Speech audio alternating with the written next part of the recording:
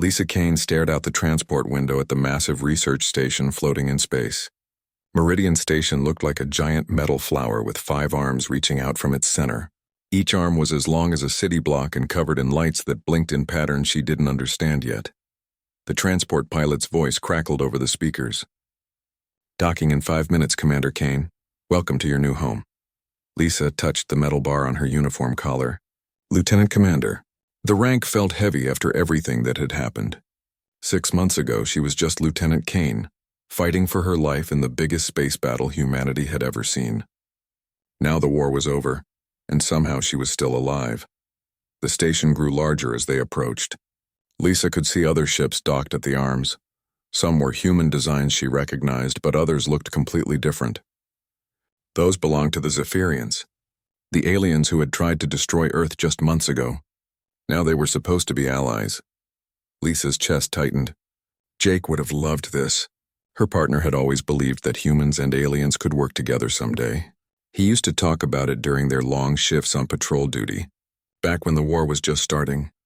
"One day, Lisa," he would say, "we'll figure out how to talk to them instead of just shooting at them." Jake never got to see that day. He died at Titan's Gate, ramming his fighter into an enemy ship to save a transport full of families. The families lived. Jake didn't. The transport shook slightly as it connected to the docking port. Lisa grabbed her bag and stood up. Her left leg still hurt sometimes from the metal pieces that had hit her during the same battle. The doctor said she was lucky to walk at all. "This is it," she whispered to herself. The airlock opened with a soft hiss. Lisa stepped into Meridian Station for the first time. The hallway was wider than she expected, with walls that curved up toward the ceiling. Lights ran along the walls in smooth lines, giving everything a soft blue glow. A man in a human uniform walked toward her. He was tall and thin with gray hair and tired eyes. "Commander Kane? I'm Captain Steve Miller, Station Commander. Welcome aboard." They shook hands. Miller's grip was firm, but his smile looked forced. "How was the trip?" "Long," Lisa said. "But I'm here." "Good. Let me show you around before we get into the details of your assignment." Miller started walking down the hallway. "I know this is different from anything you've done before." They passed through several sections of the station. Lisa saw human crew members working at computer stations, checking equipment and talking into communication devices. Everything looked normal until they reached the central section. That's where she saw her first Zephyrian. The alien was tall, maybe 7 feet, with skin that seemed to shine with its own light. The skin was blue, but not a flat blue. It moved and changed like water reflecting the sky. The Zephyrian had long arms and fingers, and its head was larger than a human's, but the same basic shape. The alien looked up as they passed. Its eyes were completely black, like looking into deep space. Lisa felt a chill run down her back. During the war, those black eyes had been the last thing many human pilots ever saw. "That's Dr. Kethara Sunweaver," Miller said quietly. "She runs the research department here. Brilliant scientist. Lost her partner in the war, just like a lot of us." Lisa watched the alien, Kethara, turn back to her work. The Zephyrian's skin had shifted to a darker blue, almost purple. "She looks sad," Lisa said without thinking. Miller glanced at her. "Yeah, the Zephyrians show emotions through their skin color. Dark colors usually mean they're upset or hurt. Dr. Sunweaver has been dark colors since she got here 3 months ago." They continued the tour.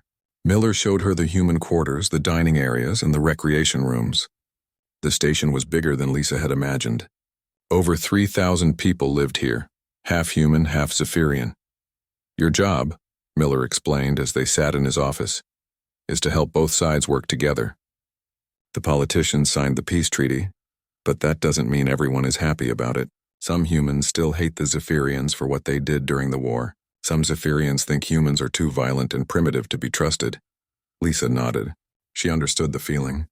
Part of her still wanted to hate them too. But Jake's voice echoed in her memory. "We'll figure out how to talk to them instead of just shooting at them." "What exactly do you want me to do?" she asked. "Watch. Listen. Help solve problems before they become fights. Make sure both sides follow the integration protocols.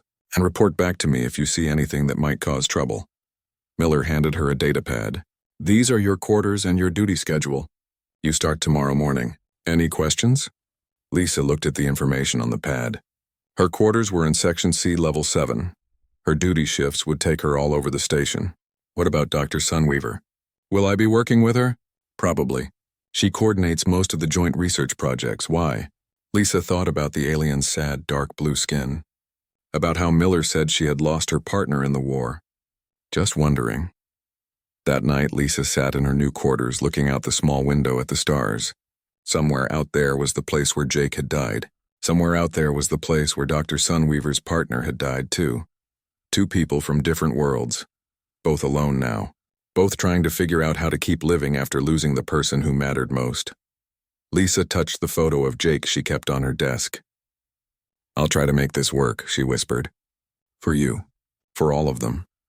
Outside her window, the stars continued to shine in the endless dark, silent witnesses to all the pain and hope floating through space on a station called Meridian.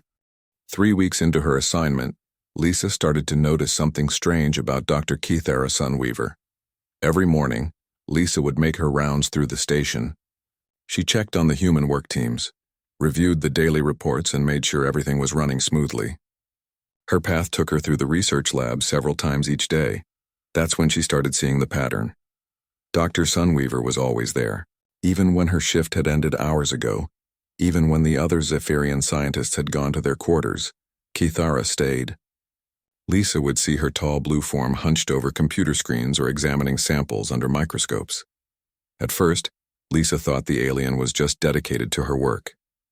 But then she noticed something else. Whenever Lisa entered a lab where Keithara was working, the alien's skin would shift color slightly, not to the bright colors that meant happiness, but to a softer shade of blue. Less dark than her usual purple sadness, it was subtle. Lisa almost missed it the first few times, but after watching for several days, she was sure. Keithara's skin got lighter when Lisa was around. Lisa mentioned it to Sergeant Pete Johnson during their weekly security briefing. Pete was a big man with red hair who had fought in the ground battles during the war. He didn't trust the Zephyrians much, but he was good at his job. "Maybe she's planning something," Pete said, frowning. "Could be sizing you up for an attack." "I don't think so," Lisa said. "She doesn't act threatening. She acts, I don't know, lonely," Pete snorted. "Lonely aliens." "That's a new one." "Just be careful, Commander. These blue freaks killed a lot of good people." Lisa understood Pete's anger. She felt it too sometimes. But something about Dr. Sunweaver didn't feel dangerous. The alien seemed more lost than threatening. The next day, Lisa decided to test her theory. Instead of just walking through the labs quickly, she stopped and watched Keithara work. The alien was studying some kind of crystal formation under a large microscope. Her long fingers moved carefully as she adjusted the machine's controls. "What are you looking at?" Lisa asked. Keithara's skin shifted to a lighter blue instantly. She looked up from the microscope, her black eyes reflecting the lab lights. "Energy storage crystals from the asteroid belt near Jupiter. We are trying to understand how they form." Her voice was soft and musical, with an accent that made some words sound longer than others. Lisa had heard other Zephyrians speak, but most of them sounded more formal. Keithara sounded tired. "Why does that matter?" Lisa asked, stepping closer. "If we can grow these crystals artificially, they could power ships for much longer distances. Good for exploration. Good for trade." Keithara paused. "Good for peace." Lisa looked at the crystal under the microscope. It was beautiful, with layers of blue and green that seemed to glow from within. "It's pretty. Yes, my partner used to say that science is finding beauty in unexpected places." Keithara's skin darkened again. She would have loved these crystals. This was the first time Keithara had mentioned her lost partner directly. Lisa felt something twist in her chest. What was she like? Keithara was quiet for a long moment. Belthani was curious about everything. She asked questions that made others think in new ways. She believed that understanding leads to friendship. The alien's skin shifted through several shades of blue. She died trying to save wounded soldiers. Human and Zephyrian both. Lisa's throat felt tight. "My partner died saving people too. He crashed his ship into an enemy vessel to protect a transport full of families." They stood in silence for a few minutes, both looking at the crystal. Finally, Keithara spoke again. "It is hard to continue their work when they are not here to see it." "Yeah," Lisa said quietly. "It is." Over the next few days, Lisa found herself stopping by the labs more often. Not to spy on Keithara, but because talking to someone who understood loss made her feel less alone. They didn't talk much about their dead partners, but knowing they both carried that pain somehow made it easier to bear. Lisa learned that Zephyrians experienced emotions as colors and temperatures. Cathara explained that losing Velthani had left her world feeling cold and gray. Being around Lisa brought back warm amber tones, not the bright joy she had shared with Velthani, but something that made each day possible. "Your people feel emotions differently than ours," Lisa said one evening as they worked late in the crystal lab. "Different, but not less," Cathara replied. "Pain is pain. Loss is loss. The colors may change, but the emptiness feels the same." Lisa was starting to understand why Cathara stayed late so often. The aliens' quarters were probably quiet and empty, full of memories. The lab gave her something to do, a purpose that kept her moving forward. One night, an alarm started blaring throughout the station. Lisa's communication device crackled to life with Captain Miller's voice. "All senior staff to the command center. We have a situation." Lisa ran through the corridors toward the command center. When she arrived, she found Miller standing in front of a large screen showing a map of the local space area. Red dots were moving toward the station. "Pirates," Miller said grimly. "3 ships armed and heading straight for us. They're demanding we hand over our research data and supply caches." "What's our defense status?" Lisa asked. "Not good. We've got some defensive weapons, but we're primarily a research station. We weren't built for a fight." Dr. Sunweaver entered the command center, her skin shifting to an alarmed bright yellow. "Captain, our sensor array can track the approaching ships precisely. We can provide targeting data." Miller looked surprised. "You'd help us fight?" "This station represents hope for both our peoples," Cathara said firmly. "I will not let criminals destroy that hope." For the next 6 hours, Lisa coordinated the human defense teams while Cathara managed the sensor systems and communications. They worked together seamlessly, anticipating each other's needs and sharing information instantly. When one of the pirate ships tried to sneak around behind the station, Cathara spotted it immediately and warned Lisa. When the defensive weapons needed manual targeting adjustments, Lisa's combat experience guided them to exactly the right angles. The pirates finally gave up and fled when they realized the station was better defended than they had expected. As the last enemy ship disappeared into space, Lisa and Cathara found themselves standing alone in the command center. "We work well together," Cathara said, her skin showing warm orange tones for the first time since Lisa had known her. "Yeah," Lisa agreed. "We do." It was the beginning of something neither of them had expected to find among the stars. Understanding between 2 people who had lost everything, but were slowly learning how to keep going. After the pirate attack, something changed between Lisa and Cathara. They had proven they could work together when it mattered, and that trust began to grow into something deeper. Lisa started staying late in the labs too. At first, she told herself it was part of her job, monitoring the integration process and making sure everything ran smoothly. But the truth was simpler. Being around Cathara felt comfortable in a way she hadn't experienced since Jake died.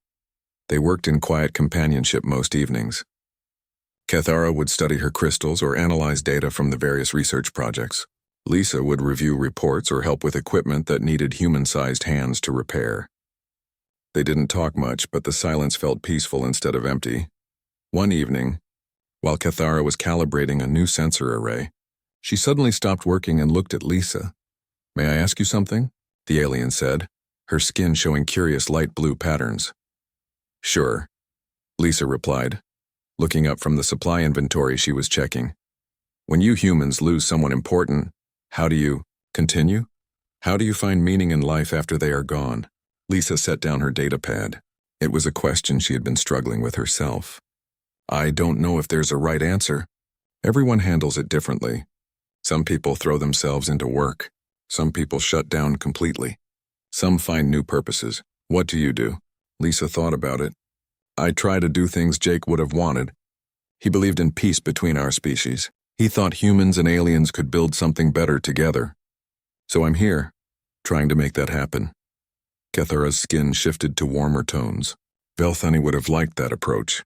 She always said that the best way to honor the dead is to continue their dreams. What would she have wanted? "Understanding," Cathara said immediately. She studied other species before the war started. She wanted to learn how different minds work, how different cultures solve problems. She believed that if we truly understood each other, wars would become impossible. They sat quietly for a moment. Then Lisa asked, "Is that why you stay late? To continue her work?" Cathara's skin darkened slightly. "Partly, but also because my quarters feel too quiet. When I'm alone, I remember too much. Working helps me focus on something else." Lisa nodded. "I understand. My apartment back on Earth felt like a museum after Jake died. Everything reminded me of him, but he wasn't there to share it anymore." "Do you miss him every day?" "Yes, but it's different now than it was at first. The pain used to be sharp, like a knife cutting into my chest every time I thought about him. Now it's more like a heavy weight that I carry around. Still there, but not as cutting." Cathara's skin showed thoughtful purple patterns. "For my people, losing a bondmate is like losing part of your sensory system. Velthani and I shared thoughts and emotions directly. When she died, the world became muted. Colors less bright, sounds less clear, even food tasting flat." "That sounds terrible." It was. "But being near you has helped restore some of the clarity. Not the same as having Velthani back, but enough to make life bearable again." Lisa felt something warm in her chest. "You helped me too. I haven't felt this calm since before the war." They smiled at each other. Lisa with her mouth, Cathara with warm golden patterns across her skin. As the weeks passed, their friendship deepened. They began sharing stories about their lost partners, their fears about the future, and their hopes for what the human-Zephyrian alliance could become. Lisa learned that Zephyrians had different types of relationships than humans. Bondmates were life partners who shared a psychic connection, but they also had friendship bonds, work bonds, and family bonds. Each type involved different levels of emotional and mental sharing. "What we have," Cathara explained one evening, "is something like a grief bond. Two people who have experienced similar losses and help each other heal. It is rare between different species, but not unknown in Zephyrian culture." "Is that why you feel better when I'm around?" "Yes. Your emotional patterns are different from Velthani's, but they have a similar stability. Being near you reminds my mind what it feels like to be connected to someone who cares." Lisa understood. Being around Cathara didn't replace Jake, but it filled some of the loneliness that had been eating away at her since his death. Their bond was tested when a group of human colonists arrived at the station for medical treatment. They had been attacked by raiders and several people were badly hurt. The station's medical bay was overwhelmed, and Dr. Sunweaver volunteered to help with her knowledge of trauma surgery. But one of the wounded colonists, a man named Carl Roberts, refused to let Cathara treat him. "I'm not letting any blue freak touch me," he shouted from his hospital bed. "They killed my brother at Kepler Station. I'd rather die than let one of them save my life." Lisa was in the medical bay reviewing treatment protocols when the argument started. She watched Cathara's skin darken to deep purple as the man continued shouting insults. "Sir, Dr. Sunweaver is one of the best surgeons on this station," Lisa said firmly. "She's trying to help you." "Help me? These things don't help humans." "They kill us." "Send me a real doctor." Cathara stepped back from the bed, her skin now almost black with hurt and anger. "I will find Dr. Martinez to treat this patient," she said quietly. "No," Lisa said, surprising herself with the strength in her voice. "Mr. Roberts, Dr. Sunweaver lost her partner saving human and Zephyrian soldiers during the war. She's risked her life to defend this station from pirates. She spent months working to develop medical treatments that will help both our species. You don't have to like her, but you will show her respect." Roberts glared at Lisa. "You're defending them? After what they did to us?" "I'm defending a friend who's trying to save your life," Lisa said calmly. "Dr. Sunweaver, please proceed with the treatment." Cathara looked at Lisa with surprise and gratitude. Her skin gradually shifted back to normal blue tones as she began working on Robert's injuries. The man grumbled but didn't protest further. Later that evening, Cathara found Lisa in their usual lab. "Thank you," the alien said simply. "You did not have to defend me." "Yes, I did," Lisa replied. "Friends defend each other. That's how it works." Cathara's skin glowed with warm, happy colors. "Friends," she repeated as if testing the word. "Yes, I think that is what we are." They returned to their work, but the lab felt different now. Less like two lonely people hiding from their grief, and more like two friends building something new together. Outside the station windows, the stars continued their ancient dance, but for the first time in months, Lisa looked at them and saw possibilities instead of just emptiness. Not everyone was happy about Lisa and Cathara's growing friendship. It started with small comments from other crew members. Lisa would hear whispers in the hallways about the commander who spends too much time with the aliens. During mealtimes, some of the human personnel would stop talking when she sat down with them. The situation got worse when Commander Ben Hayes arrived for his monthly inspection.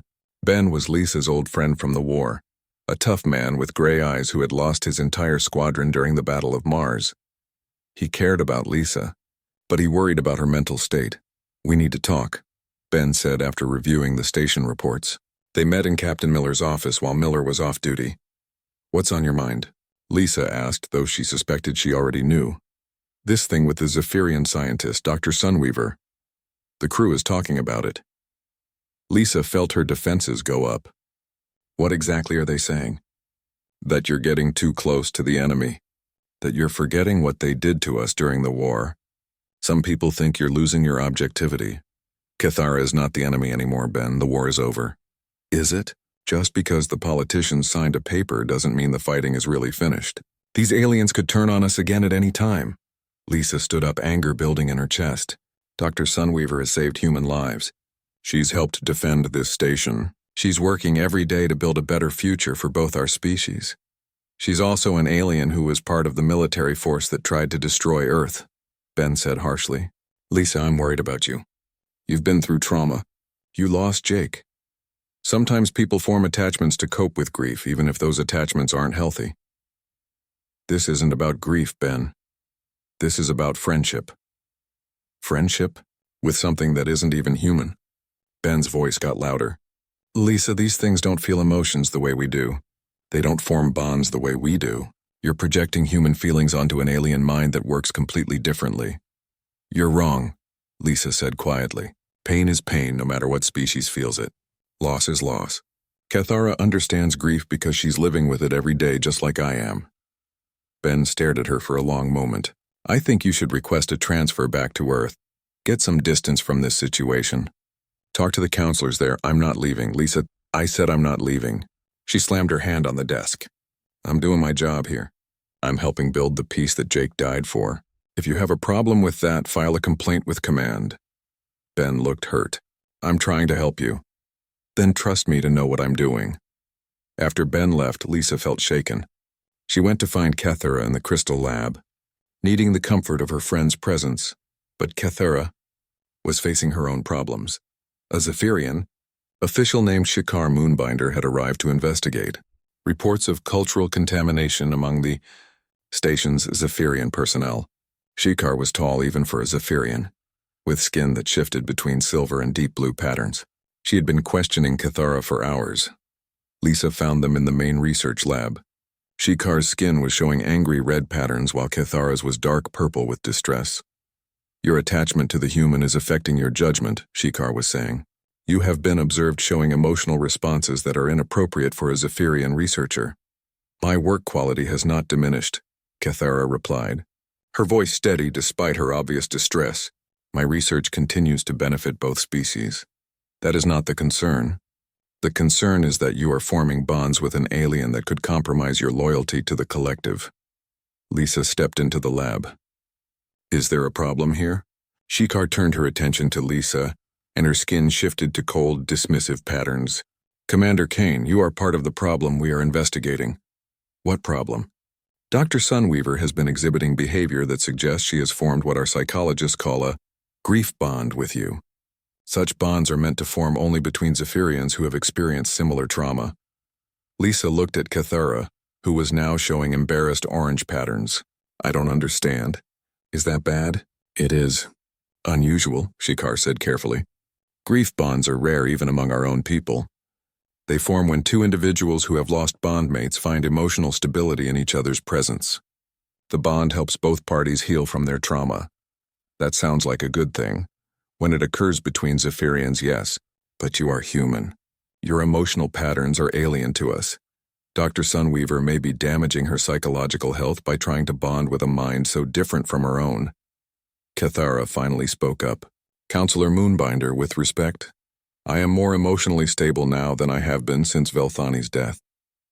Commander Kane's presence does not harm me. It helps me. That may be what you believe, but you are not qualified to judge your own psychological state while under the influence of an unnatural bond. Lisa felt anger rising again. There's nothing unnatural about friendship. Cathara and I help each other deal with loss. We work well together. We trust each other. If that's threatening to you, maybe the problem isn't with us. Shikar's skin shifted to warning patterns of red and yellow. You do not understand what you are interfering with, human. Zephyrian psychology is complex. Dr. Sunweaver needs proper treatment from qualified healers, not emotional attachment to an alien. Before Lisa could respond, alarms started blaring throughout the station. Captain Miller's voice echoed over the communication system. All hands to battle stations. We have multiple enemy ships approaching. This is not a drill. Lisa and Cathara looked at each other, their argument with Shikar instantly forgotten. They had work to do. The attack came from hegemony remnants, soldiers and ships from the old enemy alliance who refused to accept the peace treaty. They wanted to destroy Meridian Station as a symbol of human Zephyrian cooperation. Lisa raced to the command center while Cathara headed for the sensor control room. As they took their positions, Lisa realized that their crisis was far from over. They were about to face their biggest test yet, and some of their own people might not be on their side. Through the station's corridors, she could hear shouting and confusion. In the middle of an attack with enemies approaching and suspicion growing between the species they were supposed to be uniting, Lisa wondered if the peace they were trying to build was strong enough to survive. But as she reached the command center and saw Cathara's calm, professional voice providing targeting data over the communication system, Lisa felt a surge of determination. Whatever happened, they would face it together. The attack was worse than the pirates. 7 hegemony ships surrounded Meridian Station, their weapons charging for a coordinated strike. These weren't raiders looking for supplies. They were soldiers who wanted to destroy everything the station represented. Shields, at 60% and falling, reported Lieutenant Amy Collins from the defense station. They're hitting us from all sides. Lisa coordinated the human defense teams while Cathara managed sensors and communications from her position. But something felt wrong. The enemy ships seemed to know exactly where to hit the station's weak points. Captain Miller. Cathara's voice came over the communication system. I am detecting unusual energy signatures from Section B. It appears someone is transmitting our shield frequencies to the enemy ships. Miller's face went pale. Sabotage. We have a traitor on board. Lisa's mind raced. Ben, take a security team to Section B, find that transmitter. But Ben Hayes shook his head. I can't do that, Lisa. What do you mean you can't? The horrible realization hit her like a physical blow. Ben's expression was cold and determined, the look he had worn during the worst battles of the war. You? Lisa whispered. The peace treaty was a mistake, Ben said firmly. These aliens can't be trusted. They'll turn on us again the moment it benefits them. This station is making humans weak, making us forget what these creatures really are. Captain Miller reached for his weapon, but Ben was faster. He pulled out a pistol and pointed it at the command center crew. Nobody move. In 10 minutes, the hegemony ships will break through our shields and destroy this abomination. Humanity will remember that aliens are the enemy. Lisa felt sick. Her oldest friend, someone she had trusted with her life during the war, was willing to murder thousands of people to prevent peace. Ben, there are humans on this station too. You'll be killing our own people. Acceptable losses. The humans here chose to collaborate with the enemy. They made their choice. Over the communication system, Cathara's voice remained calm and professional as she continued providing defense coordinates. She couldn't see what was happening in the command center, but her sensor data was keeping the station's weapons accurate. Lisa noticed that Ben's gun was pointed at the communication controls. If he destroyed them, Cathara wouldn't be able to coordinate the defense anymore. The station would fall within minutes. You're wrong about them, Lisa said, trying to keep Ben talking. Cathara isn't a monster. She's helped save human lives. She's working to build something better. She's an alien, Ben spat. They all are. They don't think like us, they don't feel like us, and they'll never truly care about humans. You've been fooled by your grief into thinking otherwise. No, said a new voice from the doorway. She has been healed by understanding. Everyone turned to see Counselor Shikar Moonbinder standing in the entrance to the command center. Her skin showed complex patterns of blue and silver that Lisa had never seen before. Dr. Sunweaver was correct, Shikar continued, stepping carefully into the room. What she has formed with Commander Kane is indeed a grief bond. I have been observing both of them for several days, and I now understand what I am seeing. Ben swung his gun toward Shikar. Stay back, alien. I am not here to fight, Shikar said calmly. I am here to witness something remarkable. Commander Kane, Dr. Sunweaver's emotional stability has improved dramatically since she began working with you. Her research productivity has increased. Her social interactions with other Zephyrians have become more positive. By every measure we use, she is healing. That doesn't change anything, Ben said. This alliance is still a mistake. Perhaps. But what Dr. Sunweaver and Commander Kane have discovered, that grief and healing can bridge the gap between species, that is not a mistake. That is evolution. The station shook as more enemy fire hit the shields. Through the communication system, they could hear Kithara's voice. Shield integrity at 30%. Recommend focusing all defensive fire on the lead enemy ship. Lisa made her decision. Ben, I'm sorry. She dove toward him, trying to grab the gun. Ben was bigger and stronger, but Lisa had been training for combat her entire adult life. They fought for control of the weapon while alarms blared around them. The gun went off. Lisa felt a burning pain in her shoulder but kept fighting. Behind her, she heard Captain Miller shouting orders and other crew members rushing to help. Finally, Pete Johnson tackled Ben from behind and wrestled the gun away. Ben looked at Lisa with confusion and hurt in his eyes. I was trying to save you, he said quietly. I know, Lisa replied, pressing her hand against her wounded shoulder. But I don't need saving. I need friends. The battle for the station continued for another hour. Without the saboteurs' help, the hegemony ships couldn't break through the defenses. One by one, they were either destroyed or driven off by the combined human and Zephyrian crews working together. When the last enemy ship disappeared into space, Lisa found herself sitting in the medical bay while a human doctor treated her shoulder wound. Dr. Sunweaver entered the room, her skin showing worried yellow patterns. Are you badly hurt? Kithara asked. It's just a scratch. The bullet went through clean. I heard what happened. Your friend betrayed you to try to destroy the station. Lisa nodded sadly. He thought he was protecting humanity. He couldn't understand that sometimes the best way to protect your people is to make friends with former enemies. Kithara sat down beside her. Counselor Moonbinder spoke to me after the battle. She is recommending that the Zephyrian Council officially recognize grief bonds between species as a legitimate psychological phenomenon. What does that mean? It means that what we have, this friendship that helps us both heal, is not considered a contamination anymore. It is considered a new form of connection that could help prevent future wars. Lisa smiled. Jake would have loved that. He always believed that understanding each other was the key to peace. Velthani would have loved it too. She dreamed of the day when different species could truly understand each other's pain and joy. 3 months later, Lisa stood in Captain Miller's office holding a new set of orders. He was offering her a promotion and a transfer back to Earth, a chance to return to a purely human environment and continue her career among her own species. It's a good opportunity, Miller said. Command is impressed with how you handled the integration process here. They want you to help train other officers for similar assignments. Lisa looked out the office window at the research labs where Kithara was probably working late again. But now she wasn't alone in those labs.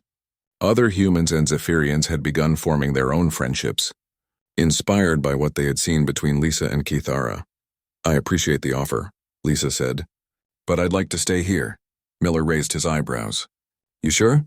Earth is home. This is home now, Lisa replied. Kithara and I are developing new protocols for interspecies cooperation. We're training the next group of human and Zephyrian teams. We're building something that Jake and Velthani died believing was possible. That evening, Lisa found Kithara in their usual lab, working on the crystal research that had brought them together. The alien skin showed warm, content colors as Lisa sat down at the workstation beside her. How did your meeting with Captain Miller go? Kithara asked. Good. I'm staying. Kithara's skin brightened with happy golden patterns. I am glad. I was worried you might leave. I'm not going anywhere. We have work to finish. They worked in comfortable silence for a while, two friends from different worlds who had found healing in each other's presence. Outside the lab windows, space stretched endlessly in all directions, full of stars and possibilities. Lisa thought about Jake and Velthani, about the dreams they had shared for a future where former enemies could become family. Those dreams hadn't died with them. They lived on in the quiet friendship between a human and a Zephyrian who had chosen to stay late and work together, building hope from the ashes of loss. The war was over. The real work of peace was just beginning, and they would face it together, one late night at a time, proving that some bonds are stronger than the vast emptiness between the stars.